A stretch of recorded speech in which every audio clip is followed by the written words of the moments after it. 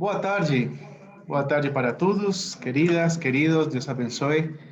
É bom mais uma vez estarmos juntos para cultuar ao Senhor, para escutar a palavra de Deus, para sermos igreja, certo? Um domingo especial, quentinho, um domingo para celebrar ao Senhor. Deus abençoe, bem-vindos a esta reunião, a este culto, e que o Senhor hoje nos acompanhe a cada um de nós, no nosso lar, na família e durante o tempo que estamos conectados. Boa tarde, queridos. É realmente uma alegria estarmos aqui juntos para, mais uma vez, celebrarmos a Deus, o nosso Pai, nosso Criador, e aquele a quem nós adoramos em todos os momentos, e vamos fazer isso coletivamente hoje. Então, que o Senhor nos dirige a todos. Deus abençoe vocês. Boa tarde a todos, sejam todos bem-vindos, em nome de Jesus. O desafio realmente é podermos agora nos concentrarmos, então, mais uma vez, no Senhor, na sua palavra, e imaginar mesmo que é o Espírito Santo, né, o pastor Jurandir que fala, mas é o Espírito Santo falando através dele e de todo o conteúdo.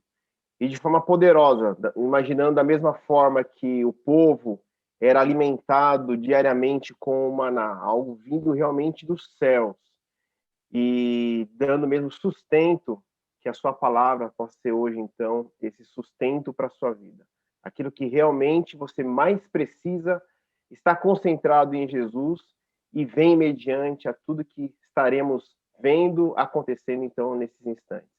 Esteja atento ao que o Senhor quer falar mesmo ao seu coração. Deus abençoe. Boa tarde, pessoal. Sejam todos muito bem-vindos a mais esse culto e esse momento de louvor. 2021 já começou e janeiro já terminou. Então, tá passando super rápido já.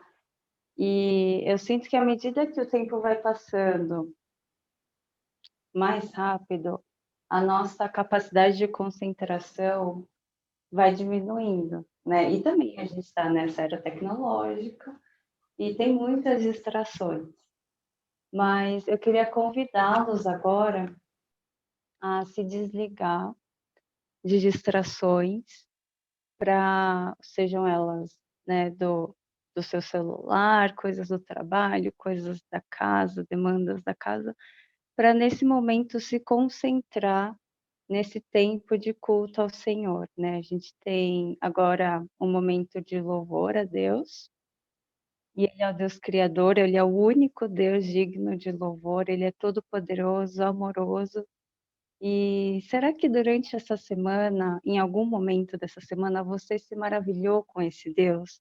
Você se maravilhou com a pessoa de Jesus? Ou foi uma semana que, puf, simplesmente passou e de repente é domingo de novo? Então, que nesse momento agora, nesse primeiro louvor, a gente possa honrar, adorar e cantar esse único Deus que é digno. E antes da gente começar a cantar, eu queria fazer uma oração com vocês. Senhor Deus, obrigado pelo privilégio que a gente tem de estar aqui e obrigado pelas vidas que o Senhor trouxe, que o Senhor quis que tivessem aqui para a gente juntos louvar o Senhor. E a gente quer prestar esse culto a Ti de coração. Então eu peço para que o Teu Espírito Santo nos ajude a cantar ao Senhor, nos ajude a nos concentrarmos para ouvir a Tua palavra e que qualquer distração ou pensamento que vier para tirar o nosso foco daquilo que o Senhor quer falar, que tudo isso caia, Deus, que isso não nos atrapalhe. E nós queremos consagrar mesmo esse tempo ao Senhor. Em nome de Jesus, amém. Bom, é a esse Deus que a gente está prestando culto hoje, né? E durante essa semana, o que foi que dominou, assim, os pensamentos de vocês? O que estava no seu coração? Era preocupação diante de tudo que tem acontecido? Ou medo? Porque, sei lá, já faz quase um ano, né, que a gente está nesse isolamento. E, assim, apesar de a gente ter trabalho, família, né? Muitas vezes parece que o nosso coração, o nosso tempo, a nossa vida não pertence a esse Deus, né? E a gente sabe que aqueles que entregaram sua vida a Cristo, creram, né, em Jesus Cristo como Salvador, pertencem a Ele. E a esses Jesus chama de filhos, né? Então a gente sabe que a nossa vida pertence a Jesus, a gente faz parte dessa grande família que tem Deus como Pai, e é um privilégio, né, a gente fazer parte dessa família, dessa igreja também. É uma igreja que a gente pode se apoiar e sentir parte, sentir como família. E eu sou grata, né, pela vida de cada um de vocês. E agora, a próxima música é uma música que as crianças cantaram sobre como a gente é livre em Jesus, como é bom fazer parte, né, dessa família de Cristo. Então, que durante esse culto, que no momento da palavra, o Senhor continue falando conosco, né? Que o Senhor continue falando com cada um.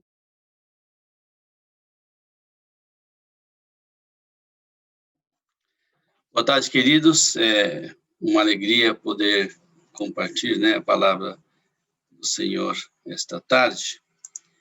E eu gostaria realmente de começar essa reflexão de hoje falando, ou compartilhando sobre um aspecto muito importante de ser igreja do Senhor Jesus Cristo,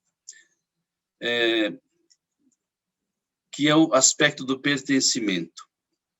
E, na realidade, se nós queremos ser uma igreja que proclama Jesus Cristo para as nações, e para as nações, quando eu digo para as nações, estou falando não somente das nações que estão muito longe de nós, como nós devemos fazer, mas também daqueles que estão muito próximos de nós, daqueles nossos vizinhos, daqueles que, de repente, vivem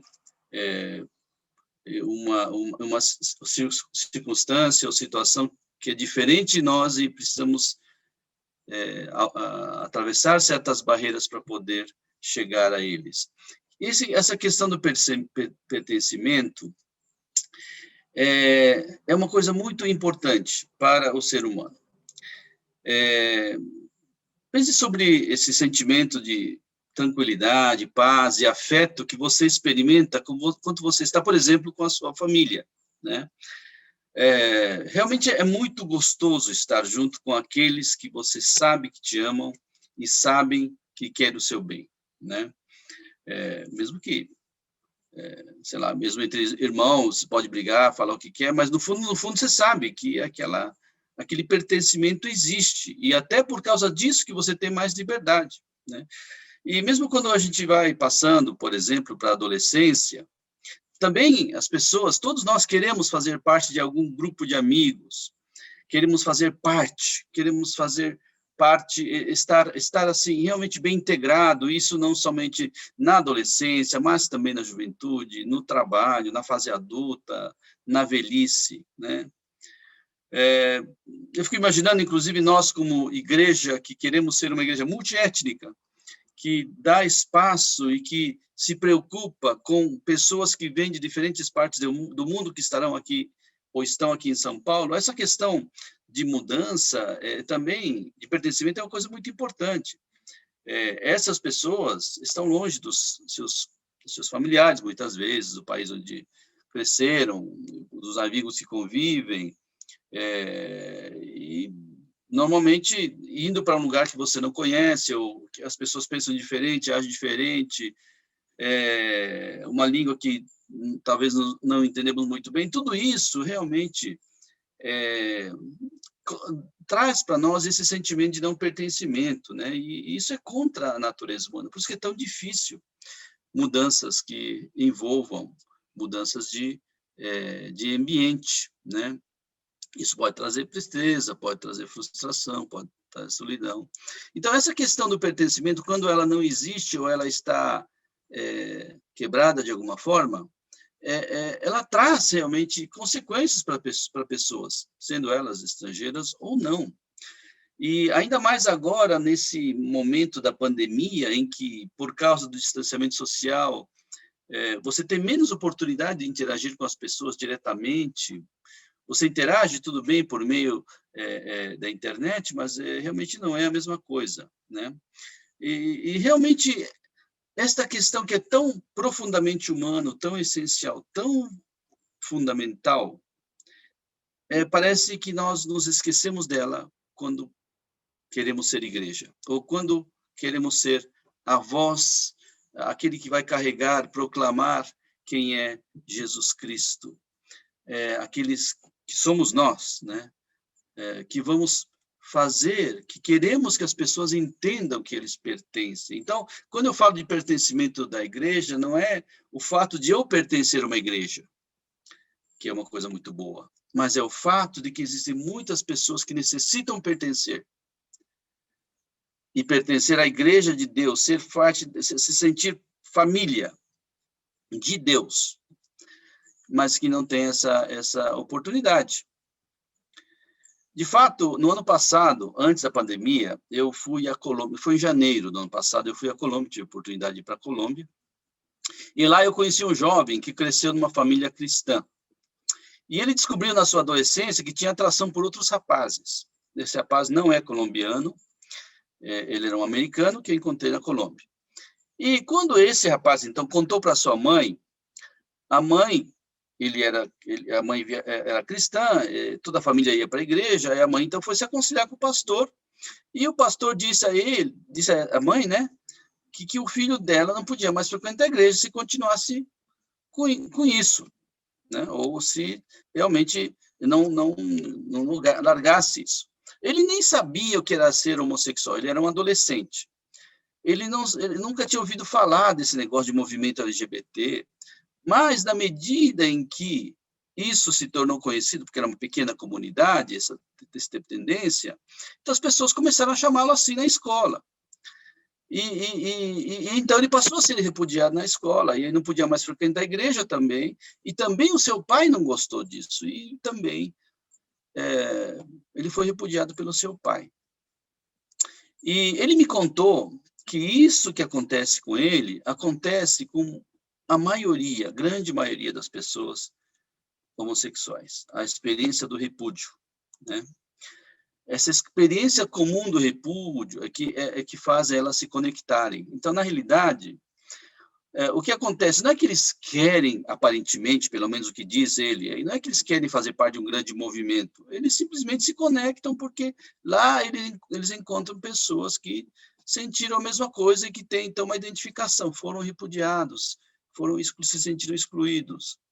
Eles não têm mais esse sentimento de pertencimento da família, porque também a família os excluiu, a comunidade também os excluiu, e a igreja também, na verdade, nem dá espaço, no caso desse rapaz.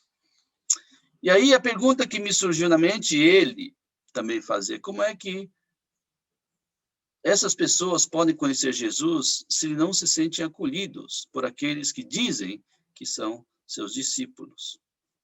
É a pergunta. E ele conheceu Jesus nessa caminhada. É uma história bastante longa, mas o importante é que ele descobriu Jesus nessa caminhada e agora ele tem bastante simpatia por essas pessoas e ele não é mais um homossexual praticante como era antes. Ele aceitou Jesus e agora ele quer ser um porta-voz de Jesus para as pessoas com este mesmo tipo de orientação. E ele quer falar de Jesus para essas pessoas, para realmente eles saberem que Jesus também os ama e querem que eles se tornem parte, né? Que sejam conhecedores da verdade, sejam transformados pelo Espírito de Deus. Os evangelhos descrevem a vida, o ministério, as palavras de Jesus Cristo, e uma das coisas mais impressionantes nestas narrativas é que as pessoas que eram marginalizadas pela sociedade se sentiam confortáveis na sua presença. Essas pessoas eram marginalizadas Porque, por exemplo, tinham doenças. Na época, por exemplo, aparece bastante os leprosos no Evangelho, né? Aqueles que têm hanseníase. E essa doença era acreditava-se era transmissível por contato, então eles eram simplesmente afastados do convívio social.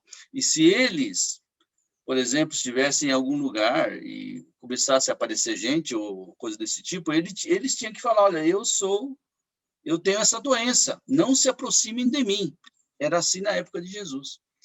Então, é extraordinário quando a gente lê nas Escrituras ou nos Evangelhos que Jesus se aproximava deles, falava com eles e até tocava neles. Isso é extraordinário. Esse estigma dos que têm hanseníase existiu até recentemente, 2000 anos de história, com os leprosários, sabe? Esse tipo de coisa. Jesus, não. Jesus, ele não era assim. Ele se aproximava dessas pessoas e essas pessoas se aproximavam dele. Então, essas pessoas que eram marginalizadas da sociedade por várias razões, eles eram marginalizados porque tinham doença, mas também porque, de repente, não tinham como trabalhar desse jeito, e então eles se entregavam à mendicância e se tornaram irrelevantes para a sociedade, eram marginalizados mesmo. Outros eram considerados traidores do povo judeu, por exemplo, os publicanos, eles cobravam impostos para o Império Romano, que eram os dominadores, então, na verdade, os judeus não gostavam dos dominadores do Império Romano, mas esses cobradores de impostos não somente trabalhavam para os invasores, como eles cobravam a mais, muito mais, para entregar uma parte para os romanos e ficar com outra parte, quer dizer, realmente eram ladrões. E eram considerados escória da sociedade. E Jesus se dava com eles.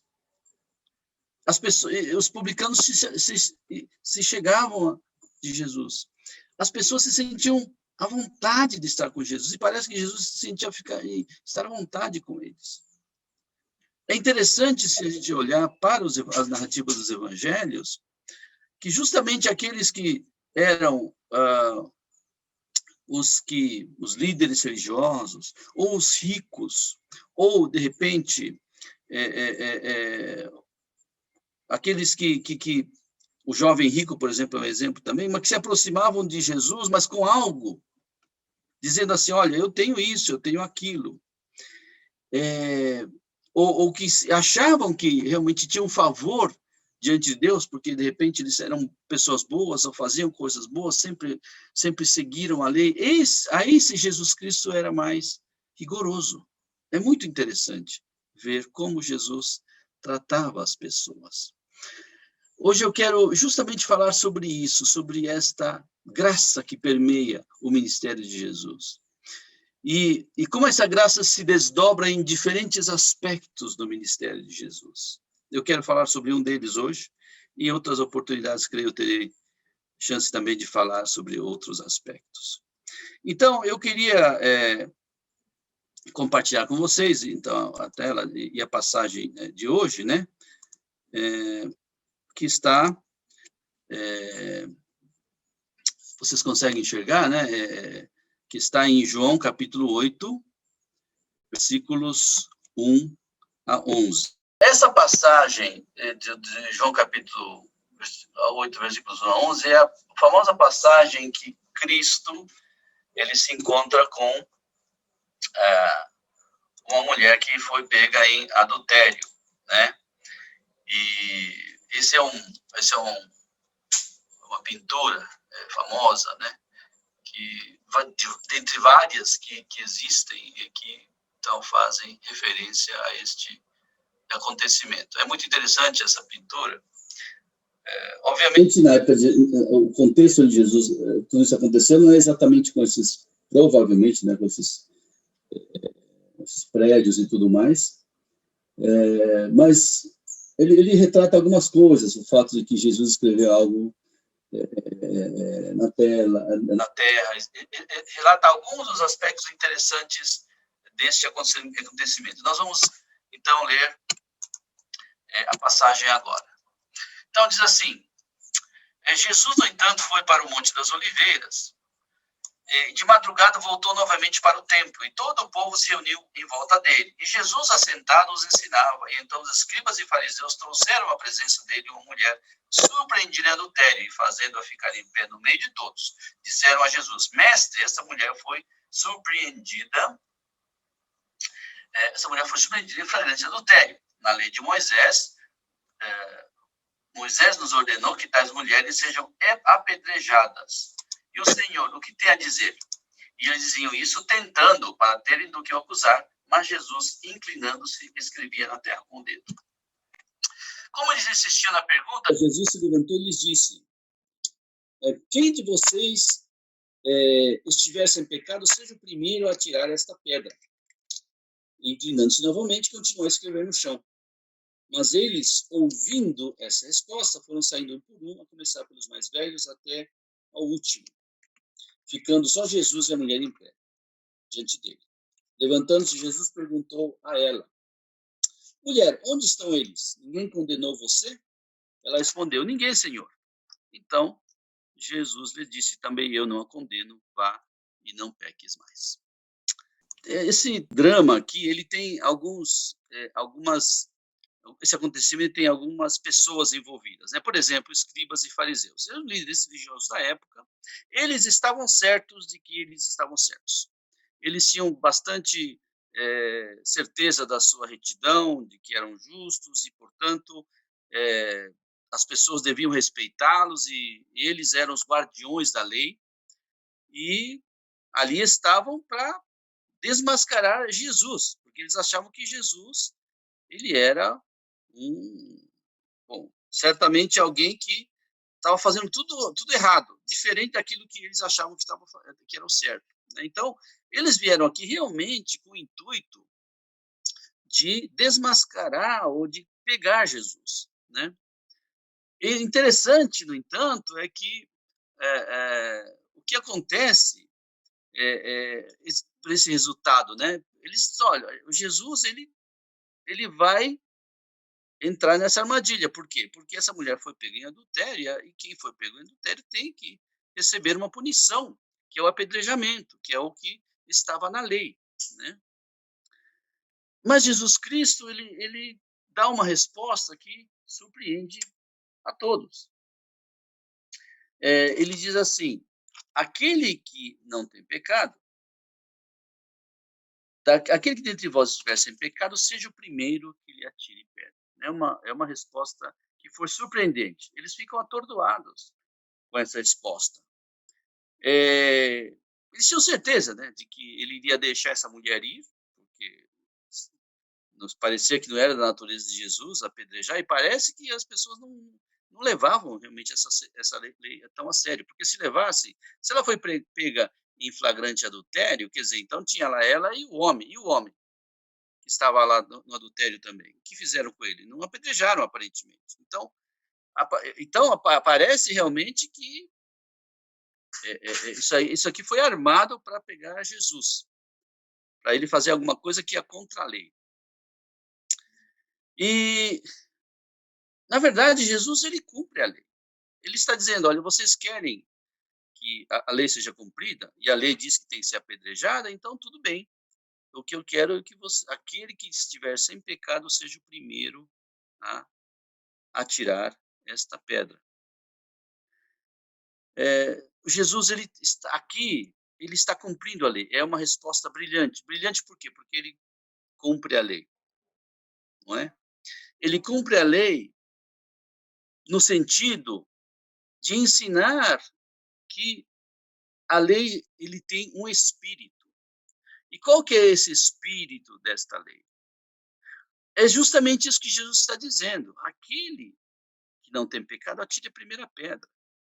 Então, ali está claro que a mulher, o adultério ele é um pecado, o adultério ele viola o casamento, ele destrói a sociedade, quer dizer, ele destrói casas, fere crianças inocentes, ataca tudo que Deus estima. Adultério é mal, é um pecado. Assim como outros pecados, é um pecado. Hoje ele é banalizado, né? Parece que isso é uma brincadeira. Parece que adultério, você fala sobre isso, aparece na televisão, como se isso fosse uma ação de um herói, mas isso é pecado. Isso é contra a natureza do casamento de um homem e uma mulher. E Jesus, ele não nega isso, mas ele não entra nessa armadilha dos escribas e dos fariseus. E o que Jesus Cristo fez foi só falar isso aí. Ele estava escrevendo alguma coisa, falou isso e continuou escrevendo alguma outra coisa. Existem, inclusive, várias especulações sobre o que Jesus estava escrevendo, porque, de repente, ali estavam, alguns dizem, né, alguns pensam, não, de repente, Jesus Cristo estava escrevendo ali uma passagem no Antigo Testamento que indicava que Deus conhecia os corações deles, por exemplo. Mas o fato é que, depois dessas palavras, eles foram acusados pela sua própria consciência, não é? Então, aqueles que estavam ali, um a um, começaram a sair, começando pelos mais velhos. As pessoas começaram a desaparecer. E o que acontece? Bom, se existe uma acusação e os acusadores não estão lá mais para continuar, em qualquer julgamento, o julgamento cessa. E foi o que aconteceu, os acusadores já haviam desaparecido por causa desta resposta brilhante de Jesus. E o que acontece depois é que realmente é muito, muito rico em termos da atitude de Jesus. Essa mulher, ela foi, olhou para cima, ela estava esperando que, de repente, então, esses homens, de repente, saíram, mas Jesus, o mestre, o que as pessoas estavam achando que era o Messias, puxa, então ele vai me condenar. E ela sabia que ela tinha feito uma coisa errada. Mas, no entanto, Jesus disse, não estão aqui os que lhe condenam? Não, ninguém, Senhor. Então, nem eu também te condeno. Jesus está falando, eu não te condeno, vai e não peques mais. Então, aqui você vê um quadro em que os acusadores humanos não estavam mais lá, mas Jesus, que é santo e que odeia o pecado, assim como Deus odeia o pecado, estava ali e poderia julgar, poderia condenar, mas ele não fez isso. Ele tinha o direito de condenar, o único que tinha direito de condenar, porque ele não tem pecado, mas ele não fez. E ele não fez isso porque ele fez exatamente aquilo que é da natureza dele, do ministério dele, que é não condenar, mas perdoar e reconciliar. Jesus não disse que aquele pecado era inofensivo, ou não disse que aquilo não era um problema, tanto que ele fala, tampouco eu te condeno, vai e não peques mais. Então, aqui você vê claramente que Jesus não rejeita, não repudia aquela mulher. Nessas palavras de Jesus, nestas ações de Jesus. Ele encontrou uma maneira de perdoar o pecado dessa mulher e fazê-la não se sentir rejeitada, repudiada, como ela estava se sentindo diante de todas aquelas pessoas que estavam ao redor dela. Aqui Jesus viu arrependimento, porque ela poderia, de repente, naquele momento que estava sendo trazido pelas pessoas, e era uma grande humilhação, porque era uma coisa pública que estava acontecendo, ela podia ter fugido, tentado fugir, ou tentado espernear, ou dizer que não era aquilo, enfim, ou poderia atacar outras pessoas. Mas, aparentemente, Jesus viu nela algo no seu coração. A acolheu e disse, eu não te condeno, vai, não peques mais, você continua a sua vida. Lógico que nós não podemos saber exatamente o que estava no seu coração, isso não está claro aqui. Mas podemos imaginar que na mente de Jesus Cristo, ali estava a cruz. que ele estava caminhando para a cruz, para cumprir aquele propósito para o qual ele tinha vindo aqui à Terra. Deus se tornando homem para poder, então, perdoar, para pagar pelos pecados daqueles que vivem nessa terra e que estão alijados, estão afastados de Deus por causa desse pecado. Aqui é uma coisa muito importante a gente ressaltar. A gente pode falar, puxa, essa mulher adulterou, ou nós falamos ali de ladrões ou de prostitutas também, que estavam sempre ali perto de Jesus. Jesus, ele tinha essas pessoas ali ao redor dele. Também Jesus ia lá assim, comer com os fariseus, os líderes religiosos, convidavam Jesus. Jesus também ia, não é que ele só estava junto com esse pessoal, mas Jesus sentia à vontade com essas pessoas, e isso causava muito mal-estar. Mas por que as pessoas sentiam à vontade com Jesus? Porque Jesus queria estar com eles e queria levar a mensagem da salvação e da reconciliação com Deus para essas pessoas. C.S. Lewis disse, né, que é muito mais fácil para as pessoas que são marginalizadas da sociedade e se consideram marginalizadas, sabem que a sua vida não está bem, se chegar a Deus, do que aqueles que acham que estão bem com a vida, são pessoas bem-sucedidas, que estão fazendo a coisa certa. E a maioria das pessoas que são marginalizadas pela sociedade sabem que são marginalizadas, e sabem por que são marginalizadas. E sabem que a sociedade ou as pessoas não os aceitam. Eles não se sentem pertencendo e nem acolhidos, e também aqueles que os marginalizam também não os acolhem, porque acham que eles não estão fazendo a coisa certa. Mas o fato e a verdade é que todos nós nascemos pecadores, nascemos afastados de Deus, nascemos egoístas e egocêntricos e pensando somente em nós mesmos, pensando somente nos nossos interesses, esquecendo de Deus, dando as costas para Deus.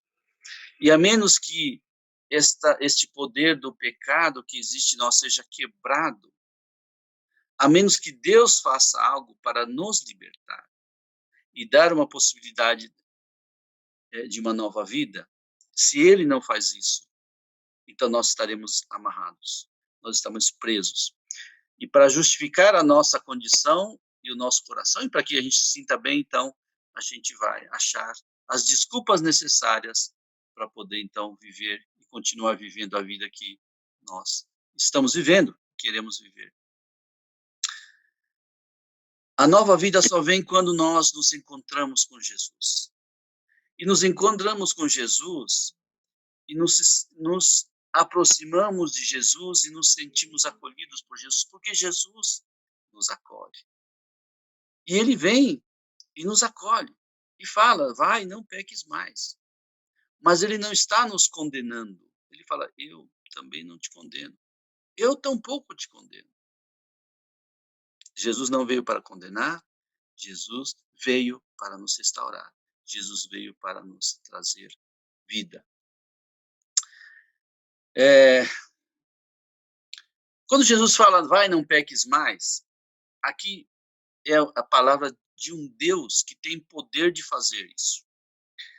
Porque a palavra de Deus, diferentemente dos homens, ele tem poder. Ele tem poder para transformar. Às vezes as palavras do homem também têm poder. Nós até experimentamos isso, né? De repente, alguma palavra que você ouve, ela tem um poder assim, de nos levantar, de fazer ver as coisas de perspectiva diferente, mas no caso das palavras de Deus, as palavras de Jesus, elas são efetivamente poderosas. E quando Jesus disse, vá e não peques mais, ele está dizendo, vá e não peques mais, porque eu te dou o poder. Eu estou com você, para que você vá e não peque mais. E essa é a maneira como isso funciona. Então, muitas vezes na nossa na nossa vivência cristã, a gente acha assim, bom, primeiro a gente precisa largar os velhos hábitos, né, pecaminosos. Então, puxa, faço isso, faço aquilo, isso não é compatível com a vida de um cristão. Então, você precisa largar. Antes de você batizar, precisa largar isso, isso, isso, isso, isso. Aí, e depois você vai acreditando, você vai tendo fé e você vai... Às vezes, essas duas coisas, elas estão um pouco misturadas. Mas o pertencimento, o sentimento de pertencimento à igreja ou a Deus, ele vem só depois disso, né? Parece que você precisa se comportar, parece que você precisa parecer um cristão, então, para fazer parte da igreja. A pessoa que me levou a Jesus Cristo, um pastor japonês chamado Hirotoi, ele é uma pessoa muito interessante. Porque ele realmente dizia o seguinte: você não precisa fazer nada, absolutamente nada para você chegar a Jesus. E para mim aquilo soava estranho. Eu, inclusive, quando comecei a fazer estudos bíblicos, eu gostava dos fariseus. Esses fariseus e escribas que aparecem na Bíblia, que Jesus tanto condena, eu ficava pensando, puxa, por que Jesus condena tanto esse pessoal? Eles parecem tão bons, parecem fazer coisa tão certinha. Eu já falei sobre isso outras vezes. Mas, realmente, aquela história de que você não precisa fazer nada, você não precisa mudar nada, não precisa nada para chegar a Jesus, me parecia muito estranho, realmente.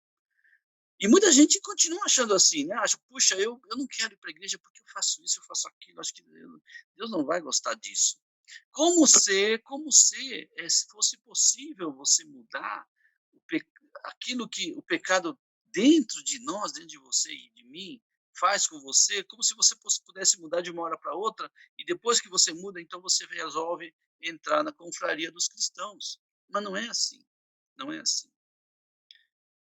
Muito pelo contrário, nós precisamos nos achegar a Deus. E mais, sem nós nos conhecer, sem nós sabermos, Deus se achega a nós. O movimento de Jesus é exatamente esse, o movimento de Deus se aproximando de nós. Se aproximando de nós e dizendo, olha, vocês me pertencem, vocês são meu povo, vocês são meus filhos. E depois disso é que com o aconchego de Deus, nós então começamos a experimentar a presença de Deus. E quando você experimenta a presença de Deus, então é mais fácil crer nele, porque você experimentou. A experiência de Deus mexer nos nossos corações, ela é anterior à nossa própria consciência de que Deus está conosco. Deus está conosco e a gente não percebe. Deus está transformando nosso coração e nós não percebemos. Foi isso que aconteceu comigo também, quando comecei a conhecer mais de Deus. E de repente eu estava falando coisas que eu mesmo me surpreendia. Puxa, por que eu estou falando isso? Porque Deus estava transformando meu coração. E assim, nos aproximamos de Deus e nós passamos a ter a possibilidade de crer nele. E depois vem o próximo passo. E depois vem o próximo passo. Então, em Tito capítulo 2, versículo 14, está escrito aqui, ó.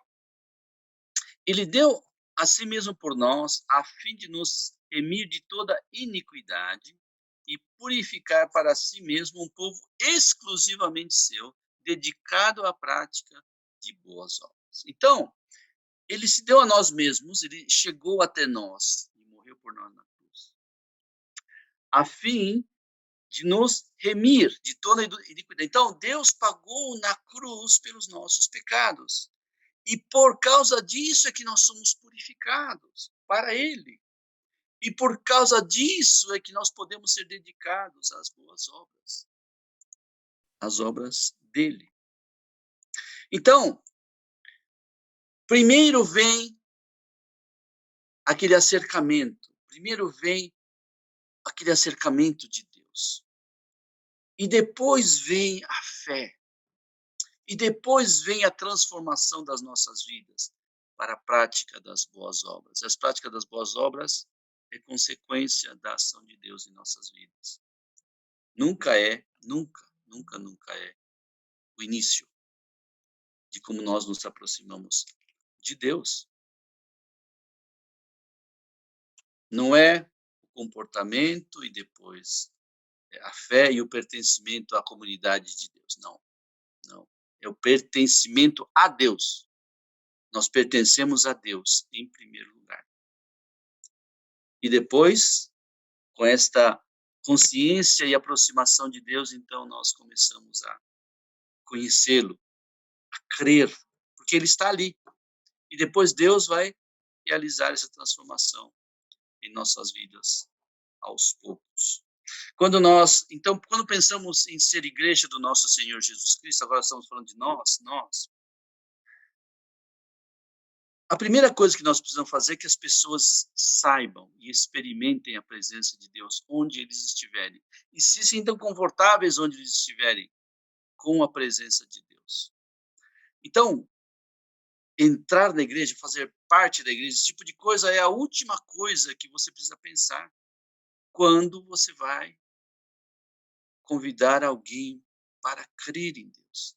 A primeira coisa é que eles precisam experimentar Deus. Nós precisamos ir a eles e eles se sentirem acolhidos por Deus por meio do nosso acolhimento. Porque nós também, como discípulos de Jesus Cristo, queremos que eles se sintam acolhidos por nós como representantes de Deus. Nós os acolhemos, nós queremos acolher todos aqueles que Deus quer trazer. Que, na verdade, são todos. Depois, essas pessoas vão crer, porque vão experimentar a presença de Deus. E na medida em que experimentam a presença de Deus e vão crendo, então eles vão descobrir que existe uma comunidade de fé maior, que é a igreja local, que é a igreja no Brasil, que é a igreja no mundo. Então, na verdade, não é tanto que as pessoas venham para a igreja, né? Esse é o conceito do Antigo Testamento. O Antigo Testamento é que as pessoas tinham que vir para o templo, vir para Israel, para ser parte do povo de Deus. O Novo Testamento é diferente.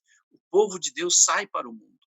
Sai para o mundo, para fora, para que ali o povo de Deus possa manifestar a presença de Deus e as pessoas possam conhecer Deus. E daí eles se juntam como povo de Deus para adorar a Deus, lá no final. E no final de tudo, vai acontecer que todos aqueles que creem em Deus vão se juntar num grande coro maravilhoso, adorando Deus na eternidade. Enquanto isso não acontece, o nosso papel principal é proclamar essa verdade a todas as nações. Precisamos sair, precisamos ir, precisamos ser esse instrumento para que as pessoas saibam que eles são acolhidas por Deus, por nosso meio.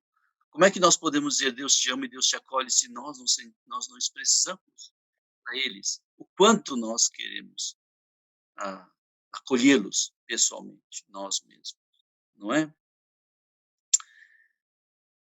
Que a nossa igreja, na medida em que cresce como igreja, possa ser uma igreja que reflete Jesus Cristo, que reflete a sua graça, que reflete esta misericórdia. Sabe que 2 anos, 1 ano e meio atrás, eu tive a oportunidade de ir para o Nepal. Eu compartilhei isso já uma vez, né, nessa igreja, talvez nem todos ouviram. Foi uma experiência muito bacana, porque essa igreja do Nepal, ela é uma igreja que começou com aqueles que tinham descapacidade física. Pessoas, então, no início, inclusive, iam lá só pessoas que tinham discapacidade física, porque essas pessoas não tinham espaço em outras igrejas. Não tinha nem sequer, as igrejas não estavam feitas para receber gente com cadeira de rodas, ou não estavam preparados para receber gente com ancenias e assim por diante.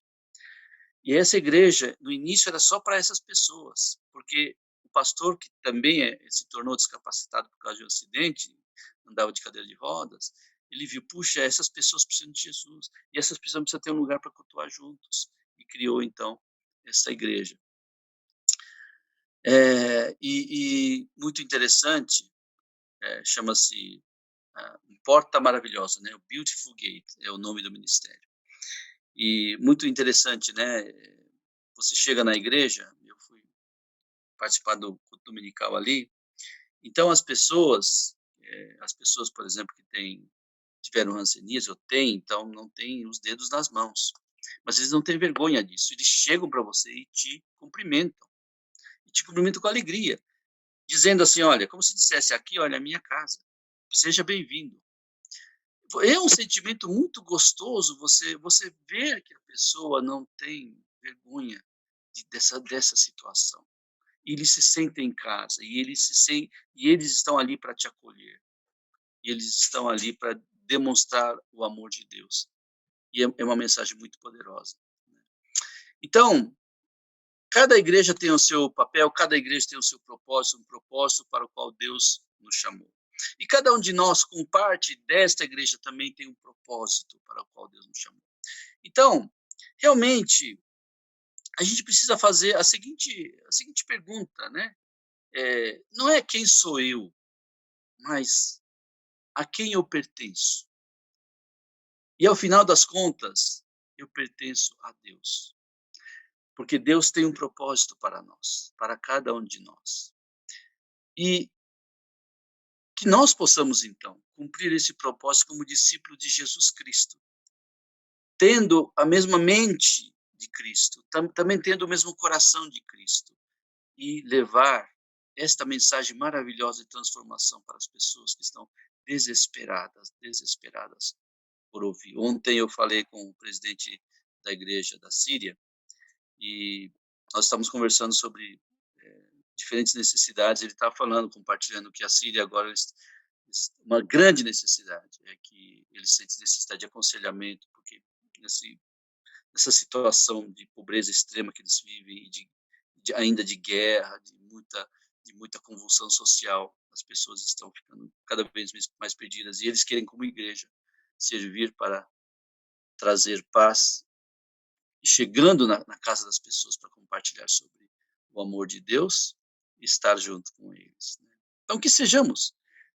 Eles foram chamados naquele contexto, nós fomos chamados nesse contexto, que sejamos a igreja do Senhor Jesus Cristo, para poder levar esta mensagem de transformação pelo poder da graça de Jesus Cristo, pelo poder da cruz de Jesus Cristo, pelo poder transformador do Espírito de Deus na vida de cada um de nós. Vamos orar. Bondoso Senhor, muito obrigado, porque diferentemente dos líderes religiosos da época, Jesus Cristo, ele se permitia estar junto com os marginalizados, aqueles que eram desprezados pela sociedade por várias razões. E as pessoas estavam ali à vontade com Jesus, porque Jesus os acolhia, porque Jesus o fazia sentir-se pertencente a um círculo maior. Jesus era alguém, Senhor Deus, que se aproximava com compaixão, ele não ignorava o pecado, mas trazia a solução, Senhor Deus, porque ele mesmo podia chegar, tocar no coração, transformar a vida das pessoas, para que elas, a partir dessa experiência de conhecer Deus e ser transformado pelo Espírito, pudessem viver em novidades de vida e viver para as boas obras de Deus. Então, nós queremos, ó Deus, como igreja, ser esta igreja, Senhor, esta igreja que vai para o mundo, para que as pessoas possam conhecer Deus, experimentar a presença de Deus por meio de nossas vidas, por meio do nosso acolhimento, Senhor, por meio da nossa vida, que demonstra o amor e a graça do nosso Senhor Jesus Cristo, para que as pessoas possam saber que Deus os ama e Deus os quer transformados, tirados dessa vida de pecado para uma novidade de vida, para uma vida, Senhor, que está de acordo com aquilo que Deus planejou quando criou o homem e a mulher. Obrigado, Senhor, pelo privilégio que temos de servir ao Senhor e servir a tua igreja. Cuida, Senhor, de cada um que está ouvindo este momento, essas palavras que vêm da tua palavra, Senhor Deus, que realmente possam se animar a sair, Senhor Deus, para o mundo e ser esta voz, esta pessoa, Senhor, representante de Jesus Cristo aqui neste mundo. Em nome de Jesus é que nós oramos, Senhor. Amém.